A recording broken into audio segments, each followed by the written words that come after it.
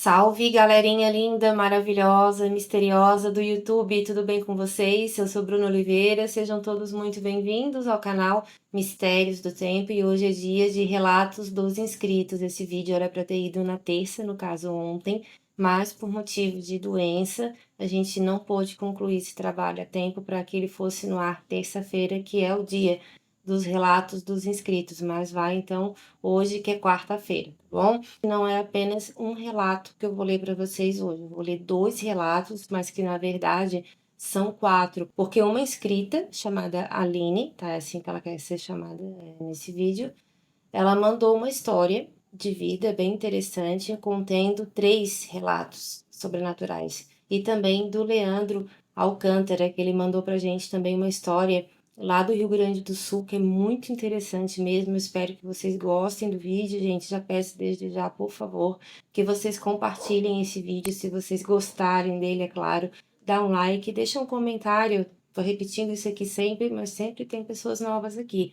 Pode colocar um coraçãozinho, um pontinho, uma vírgula, um likezinho, um dislikezinho também, não tem problema nenhum. O importante é que vocês interajam com o vídeo, porque assim a gente vai passar mais tempo junto. Por quê? Porque o YouTube vai recomendar mais o nosso trabalho, tá bom?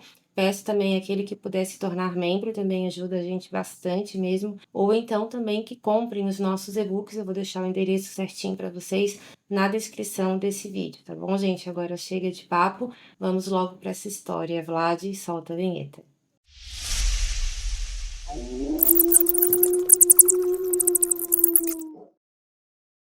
Antes de começar a ler o relato, gente, porque eu vou ler mesmo, tá? Porque assim, como são relatos dos inscritos, a leitura ela fica muito mais próxima da realidade que essa pessoa narrou para mim. Então é um jeito que eu encontrei de não passar nada diferente, né, que interfira no contexto desses relatos, tá bom? E eu falo também para vocês o seguinte: se gostam de castelos assombrados ou nem tão assombrados assim, curtam também, sigam, se inscrevam também no nosso canal Castelos do Tempo, que é bem interessante, tá bom?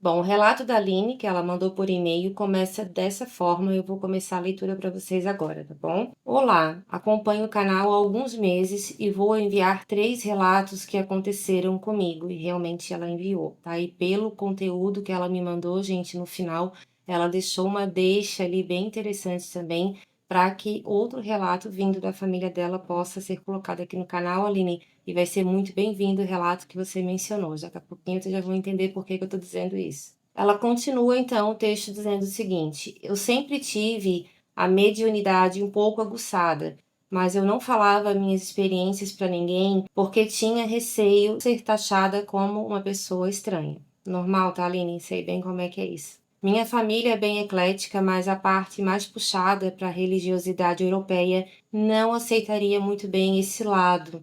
Os relatos são curtos, mas bem vívidos na minha memória. Me chamo Aline e cresci num bairro chamado Amapá, bem no interior de Duque de Caxias, Rio de Janeiro. Lá, antigamente, era fazenda de laranjas e quando eu era pequena, me lembro de ter palmeiras imperiais, pois esse trajeto fazia parte do caminho do imperador, restando inclusive a antiga senzala ao final da rua Ponta Porã, e mais tarde viria a ser a estrada de ferro Rio Douro, que infelizmente não existe mais, deixando apenas alguns vestígios de trilhos dentro da mata de Xerém e a ponte de ferro. É um local tranquilo e costumava ser bonito também, com um ar muito bucólico e as estações do ano bem definidas, e foi numa dessas tardes, no ano de 1994, bem quando o sol começa a baixar e o clima começa a ficar fresco, eu estava sentada com o uniforme da escola e sentada à beira da cisterna feita de manilhas e com a tampa de concreto. Bem comum em casas antigas, onde por vezes meu pai amolava a faca para fazer alguma tarefa doméstica. Eu observava ele fazer esses movimentos rapidamente, por vezes saindo faísca, e isso era o máximo para mim, ver uma faca fazendo faísca. Que legal, Aline, você ter contado também um pouco dos seus sentimentos aqui nessa história. Nessa época, nossa casa não tinha muros e, por ser um bairro muito pequeno, não tinha grandes necessidades de murar, contando apenas com uma cerca de arames farpados que, quando novo, cortava como navalha. Por essa segurança e tranquilidade, os pais eles arriscavam deixar as crianças soltas no quintal. E foi nesse curto período de tempo em que meu pai entra com a faca, eu me distraio que não sei de onde aparece um senhor de cabeça bem branca, o que ela quer dizer que é com um cabelo bem branco, tá, gente? Descalço e pele muito escura, com roupas claras, mas não pareciam brancas porque estavam muito empoeiradas com barro, quase amarelada talvez por usar demais. Ele pede licença e passa pela cerca, embora eu fosse sempre orientada a não falar com estranhos. Conversei bastante com o senhor e entrei correndo em casa pela porta da cozinha, chamando minha mãe, que tinha meu irmão ainda bebê nos braços, enquanto ela fazia comida. Me lembro da minha felicidade e pressa em contar que o tio Barnabé, do sítio do Pica-Pau Amarelo, estava em nosso quintal. Minha mãe levou um susto por pensar ser o invasor e, quando olhou rapidamente, me perguntou: aonde? E eu respondi: em cima da cisterna. Ao se virar para mim novamente, ela pergunta: ele falou contigo? Eu respondo: sim, ele está ali. Lembro do meu pai falar: é coisa de criança, você deixa ela assistir televisão e dá nisso, ou seja, eles não estavam vendo esse homem que ela denominou como tio Barnabé, porque provavelmente deveria ser parecido ali com o ator que interpretou esse personagem.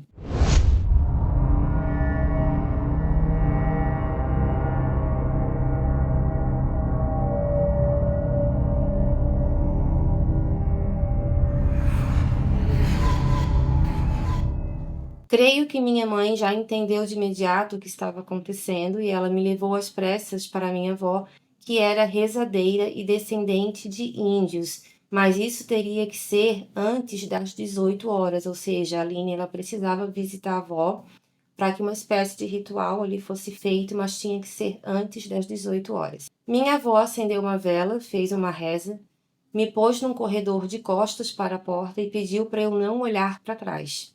Ai, gente, essa parte me arrepiei toda.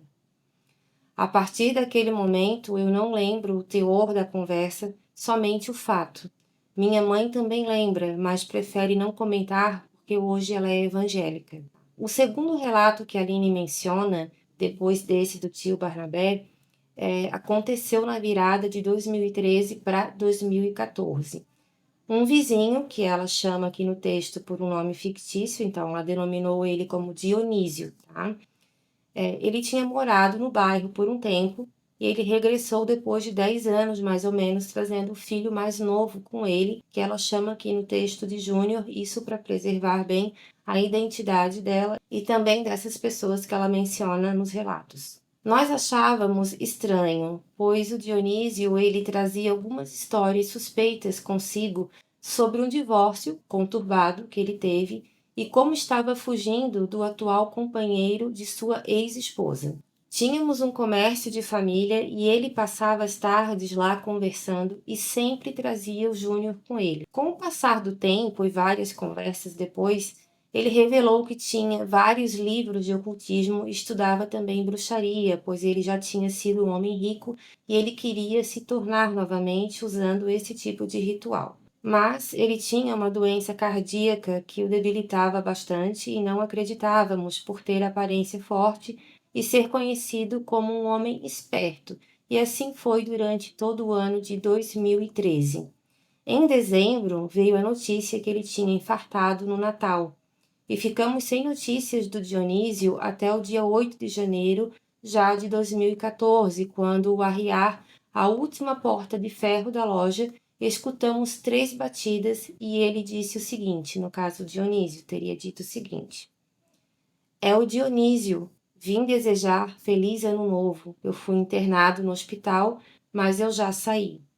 Íamos reabrir a porta para falar direito com ele e também desejar um feliz 2014, mas ele afirmou não ser necessário porque ele já estava indo embora. Passado alguns dias, falando com um casal de amigos, eles afirmaram que essa história não poderia ser possível porque o Dionísio, depois que entrou no CTI, ele não saiu mais com vida e que a irmã dele tinha levado as coisas dele da casa onde ele morava embora uma semana após a virada do ano, dando a certeza que ele já estava falecido, ou seja, quando ele deu essas 3 batidas na porta de ferro do comércio que eles tinham, ele já estava desencarnado.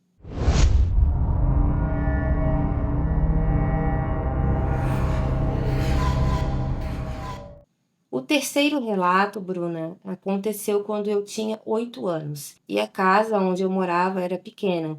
Às vezes minha mãe chamava para eu ajudar em algo, só que em uma noite ela ouviu nitidamente a mãe chamar por ela. Eu respondi e fui ver o que ela queria. E quando cheguei na cozinha não tinha ninguém. Só que alguns segundos depois, minha mãe abre a porta da cozinha com meu irmão mais novo e eu pergunto a ela se ela me chamou. Mas minha mãe afirma negativamente porque ela estava fora da casa nesse momento e até mesmo a uma longa distância da onde ficava a cozinha. A Aline conta que ela ficou com tanto medo que passou a infância praticamente dormindo com a cabeça coberta, ou seja, foi uma história que ela ficou muito impressionada e teria acontecido então dessa forma, dela, né, se tapar até a cabeça para que o medo de repente fosse embora, porque nós estamos falando de uma criança na época com 8 anos de idade. Se um adulto já fica impressionado com alguma coisa, imagina uma criança. A Aline também termina esse relato falando o seguinte: Bruna, obrigada por contar. Vou mostrar à minha mãe e volto com os relatos dela em que um espírito rondou a casa da minha mãe por 15 dias em busca da alma de meu avô, que falava muita coisa pesada. Então, assim, Aline, espero que você mande essa história, porque eu fiquei curiosíssima para saber, tenho certeza que os nossos inscritos aqui também. Então, por favor, se a sua mãe permitir, nos envie também esse relato. E para você que tem algum relato também, pessoal, manda aqui pra gente por e-mail, tá bom? Se quiser mandar por escrito pelo nosso WhatsApp, porque nós temos um grupo privado de WhatsApp, é só vocês acessarem o link que está aqui na descrição, vocês vão parar nesse grupo. Se acharem melhor, podem mandar para lá também, mas eu peço que não seja por mensagem de voz, e sim por escrito, tá bom? Então esses foram os relatos da Aline. Muito obrigada, Aline, pela confiança em nos contar. Ficamos muito felizes com isso e também agradecidos. E agora eu vou contar um outro relato de um inscrito chamado Leandro de Alcântara. Esse outro relato que foi enviado pelo Leandro foi nomeado como A Prenda Fantasma. Não a prenda de aprender, mas sim de uma prenda linda, como costumam chamar lá no Rio Grande do Sul, nosso vizinho aqui de Santa Catarina. O Leandro começa o texto com a seguinte frase: Meu nome é Leandro de Alcântara. Este fato aconteceu em uma cidade da Serra Gaúcha. Estávamos com muito trabalho na época e eu marquei com um colega para trabalharmos no sábado, uma vez que estaríamos sozinhos na fábrica que possuía 2 pavilhões com aproximadamente 4.000 metros quadrados. Isso, é claro, sem interferência de clientes, telefone, essas coisas. Então, eles poderiam trabalhar um pouco mais sossegado, mas eles não tiveram o sossego que eles esperavam ter. No horário marcado, chegamos na fábrica, logo desativamos o alarme e entramos. As instalações internas das salas eram feitas com divisórias, muitas delas com meia parede, sendo a parte de cima de vidro. Desta forma, era possível ver algumas partes de outras salas também. O meu colega estava na sala dele, onde tinham 4 ilhas de trabalho e era uma sala bem grande. Eu estava na frente, em outra sala grande também, mas nós não tínhamos contato visual um com o outro. Eu colocava em dia meu trabalho, concluindo e enviando orçamentos, e ele, meu amigo, trabalhava como TI, que é o técnico de informática, tá? Desta forma, tinha muito trabalho para nós dois. A tarde ia passando, tudo normal, até que não tenho nenhum tipo de mediunidade, nem meu colega que eu saiba. Fui ao toalete, como estávamos sozinhos, eu não fechei a porta. Quando tive a sensação de que estava sendo observado, sabe, Bruna?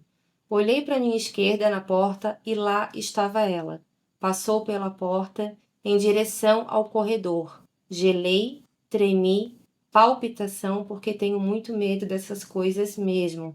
E um detalhe: para onde a prenda foi, já explico o que é prenda, ele inclusive disse isso aqui no texto, não tinha passagem. O corredor terminava a uns 2 metros da porta do banheiro, dando direto em uma parede, sendo essa de concreto. No âmbito do movimento tradicionalista gaúcho, prenda é a mulher gaúcha que faz par com o peão. Possui indumentária típica e consiste em um vestido ou saia e blusa com ou sem casaquinho, cuja barra alcança o peito do pé. Uma roupa muito linda, realmente. Olha, a roupa tradicional gaúcha é show de bola, realmente. Essa moça, essa prenda, ela tinha cabelos negros, compridos, abaixo dos ombros. O vestido dela era verde, puxando para um tom azul. Nunca mais vou esquecer daquele rosto e do sorriso sarcástico. Ela passou, virou a cabeça para mim e sorriu. Não fazia movimentos de caminhada, estava literalmente flutuando. Fiquei sem reação e voltei para a minha mesa. Porém, não parava de pensar. Fiquei aproximadamente 5 minutos e fui falar com meu colega. Para minha surpresa, ele estava quase em estado catatônico, olhando para a frente. Logo vi que tinha alguma coisa errada. Perguntei: "Tu viu?" "Vi. Morena, vestido verde." Descrevemos a mulher, a roupa e a direção que ela foi, e até mesmo o modo de andar flutuando. Ela passou por ele e foi na minha direção. Vimos o mesmo fantasma. Enquanto conversávamos sobre o acontecido, um copo de café vazio simplesmente começou a rodopiar em cima da mesa dele, como se estivesse no meio de um mini tornado, até que caiu no chão. O ar-condicionado estava ligado e todas as janelas fechadas. Não tinha como entrar vento. Encerramos nossos trabalhos, fechamos a fábrica e demos no pé. Nunca mais eu fiquei lá sozinho e é um relato verdadeiro, Bruna, que aconteceu comigo. Agradeço desde já, mais uma vez, parabéns pelo canal, abençoado e seja um fraterno abraço. Muito obrigada também, Leandro, por ter confiado em nós, por ter mandado essa história tão interessante. E nós aqui respeitamos também todas as religiões, doutrinas, crenças. Ninguém aqui impõe ninguém a acreditar em nada, tá, gente? São relatos que eles nos encaminham e nós acreditamos sim no sobrenatural, que na verdade é um natural ainda um pouco desconhecido ou então que não é tão visto assim com tanta facilidade, mas que está lá. Então não é porque você não viu que não está lá, tá bom? Esse foi o nosso vídeo de hoje, eu espero que vocês tenham gostado. Peço, por favor, gente, contribuam aqui com o canal, comprando os e-books, se tornando membros, porque isso vai garantir ainda mais a nossa estadia aqui com vocês no YouTube, tá bom? Ó, um beijão grande para cada um de vocês e até a próxima história. Tchau, tchau. Fiquem com Deus. Obrigado!